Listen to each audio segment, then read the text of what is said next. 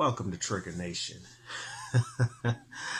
This is my WalkAway story. Let's see, where are we gonna start here? So I grow up, I grew up with, my mother, and she's a Democrat, and she believes in the blue collar Democrats, the ones that existed when John F. Kennedy was around. She believes in that. She believes in working for what you want. She does not believe in handouts. She does not believe in reparations. She believes in working hard. If you want something, go get it. If you feel like you're owed something, go work for what you feel like you're owed. Um, I don't know. So I was always taught those values. I was never really taught the difference, the difference between Democrats and Republicans. I was just taught in grade school that Democrats cared about the people, the poor and unfortunate, and that Republicans cared about the rich and wealthy. That's all I was told.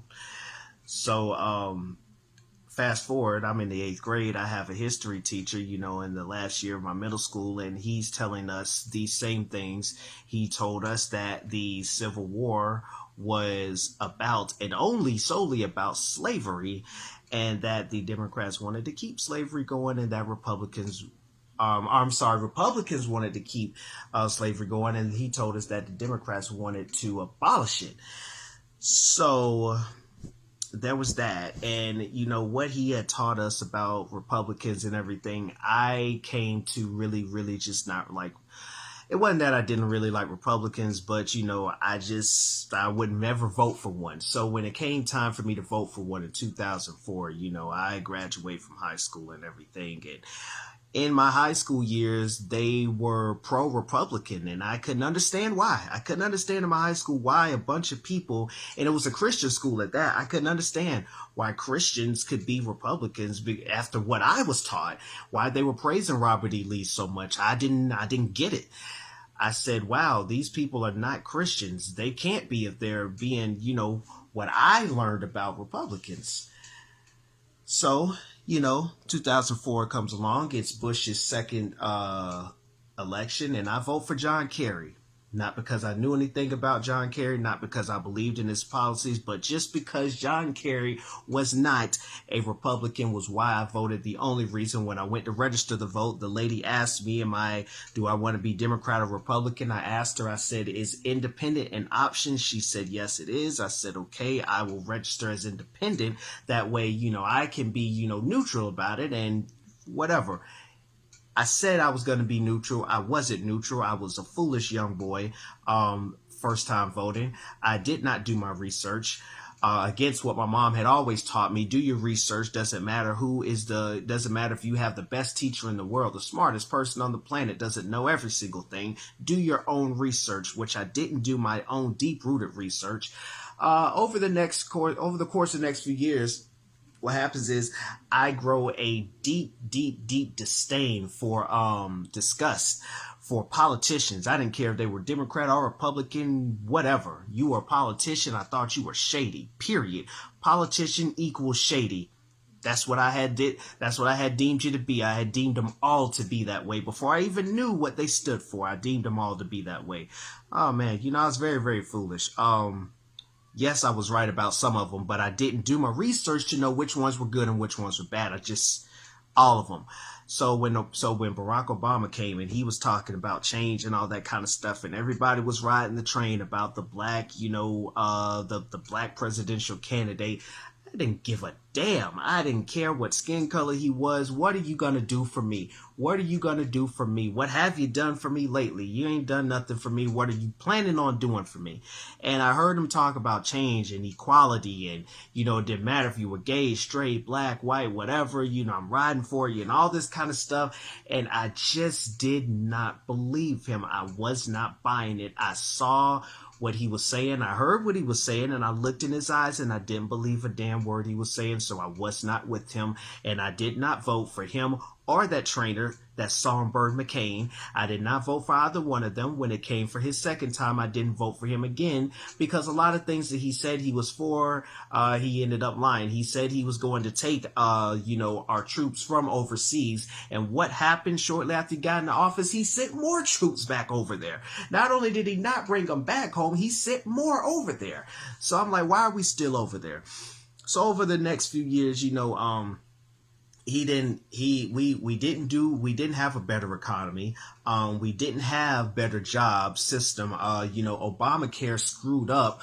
A lot of people were getting a lot of hours off of part-time. That went away when full-time and part-time was redefined as full-time was 32 hours and part-time was 25 and under. It started off 30 and under, then it was 25 and under. And that was because of Obamacare. Obama came out there and it was, all these people are going to get all this insurance and all these people are going to get all this free stuff through all these other, government assistance programs. The problem is with free, there's nothing free. Somebody's paying for it one way or another. Who paid for it? Workers did. Taxpayers did. We had to pay for it. I was part-time, making close to full-time hours. Suddenly, I get told that I'm at 20 hours and I may not even get the full 20. So it was a problem. I couldn't stand Obama for that. I said I knew this guy was no good. He funded our terrorists. When people threatened us, when people threatened the cops, they threatened to kill the cops. He said we need to understand these people's frustration. How the hell does a president say that? And I said, oh my God, man, I can't wait till this guy gets out of office. I said, you know what? We have people who are demonizing our police and nobody will stand for them. Not even the president of the United States. We have people who are sending us threats, sending us terroristic threats from across seas, and they're talking all this kind of talk. And I said, why the hell can't we just bomb them? They've already said they're coming over here to destroy us. Why can't we bomb them? I got told, oh, well, blah, blah, blah. Well, you can't do this because the spirit of war and professionalism, we can't just go bombing them. We got to have a set time to war. I said, screw all that, man. They talk about doing this. And why are illegals here? And we're not deporting them. Oh, blah, blah, blah. Well, they have rights this, they have rights, etc., etc. What rights what are you talking about? What rights do they have? And they ain't American citizens. Do I have the same rights and I ain't a legal citizen when I go into their place? No, come on, man. So, no. No, I wasn't buying it. And then Donald Trump is running for president. And then he says all this stuff. He says, why can't we just bomb these people? Why can't we deport illegals? We're getting the worst of the worst coming from all these countries. Why can't we get rid of them? I said, amen, brother. Oh my God. It's literally like looking through a mirror. He's saying every single thing I've been saying all this time. Holy crap, I have not voted in a very long time, but I might start now. I might. Depends on what else he's talking about. He's talking about lowering taxes. I said, well, this guy's a billionaire. He didn't become a billionaire by wasting his wasting his damn money. Pretty sure he knows how to save. So he knows how to budget properly. Pretty sure he can help us out financially. He's talking about helping out our military. He's talking about, empowering our police again, not taking their voice away. And I'm with him. He's talking about securing the border, putting a wall there. Wow, I never thought about that, but that is a damn good idea. Yeah, we do need a wall. Maybe that'll stop a lot of that sneaking over here. Yeah, we need a wall across our southern border. Yes, we do.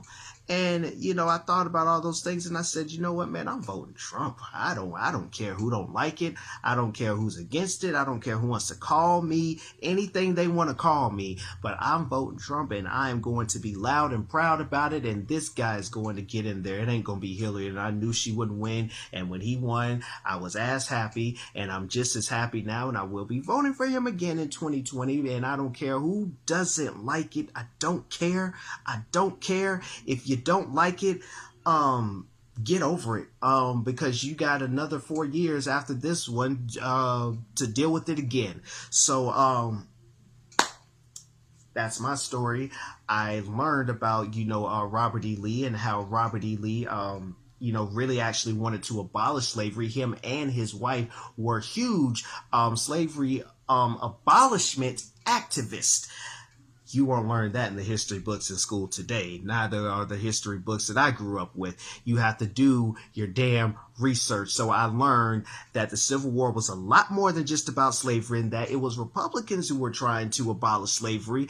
They tried to abolish slavery. It was the Democrats, the Dem-O-K-K-K rats, who were trying to keep all that stuff going. So yeah, that's my walkaway story. I was never really on the plantation. I was kind of in the middle. And, I lean more to the conservative side because they have a lot of my values. The Democrats, they claim that they have some of my values, but they lying all the damn time. I don't believe them. I don't trust them. I ain't with them.